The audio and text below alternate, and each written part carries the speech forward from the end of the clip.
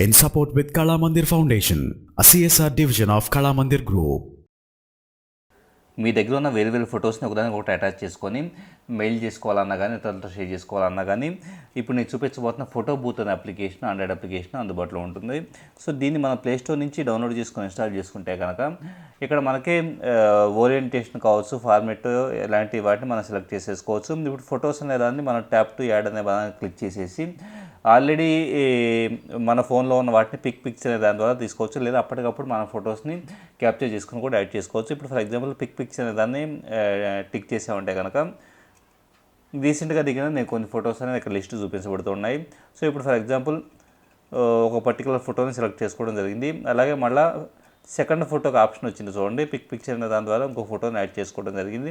So ఆటోమేటిక్గా ఈ రెండు ఫోటోలు ఒకదాని తర్వాత ఒకటి మనకి యాడ్ అయినాయి చూడండి. ఇలాగ మనకు నెంబర్ ఆఫ్ ఫొటోస్ని సెలెక్ట్ చేసుకొని ఒకే స్క్రీన్లో మనం యాడ్ చేసుకోవచ్చు. ఆటోమేటిక్గా అవన్నీ సింగిల్ స్ట్రిప్గాను, అంటే మనకు కావాల్సిన డైరెక్షన్ కూడా హారిజాంటల్లా లేకపోతే వెర్టికల్లా ఇలాంటివి కూడా మనం యాడ్ చేసుకోవచ్చు. డిఫాల్ట్గా ఏ ఉండాలి అంటే ఏ డైరెక్షన్ ఉండాలి కూడా సెలెక్ట్ చేసుకోవచ్చు. ఆర్డర్ కూడా అసెండింగ్గా డిసెండింగ్ అంటే మనం సెలెక్ట్ చేసుకున్న ఆర్డర్ని బేస్ చేసుకుని ర్యాండమ్గా ఉండాలన్నది కూడా సెలెక్ట్ చేసుకున్న తర్వాత సింపుల్గా మనం ఇక్కడ మనకి కనపడుతుంది. వాస్తవానికి చాలా చిన్నవి కనపడుతున్నాయి. ఇదంతా క్యాన్వాస్. మనం అవతల అంటే మనం షేర్ చేసిన తర్వాత అవి పెద్దవి కనపడుతూ ఉంటాయి.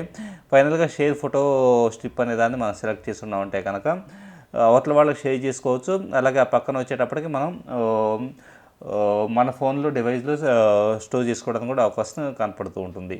In support with Kala Mandir Foundation, a CSR division of Kala Mandir Group.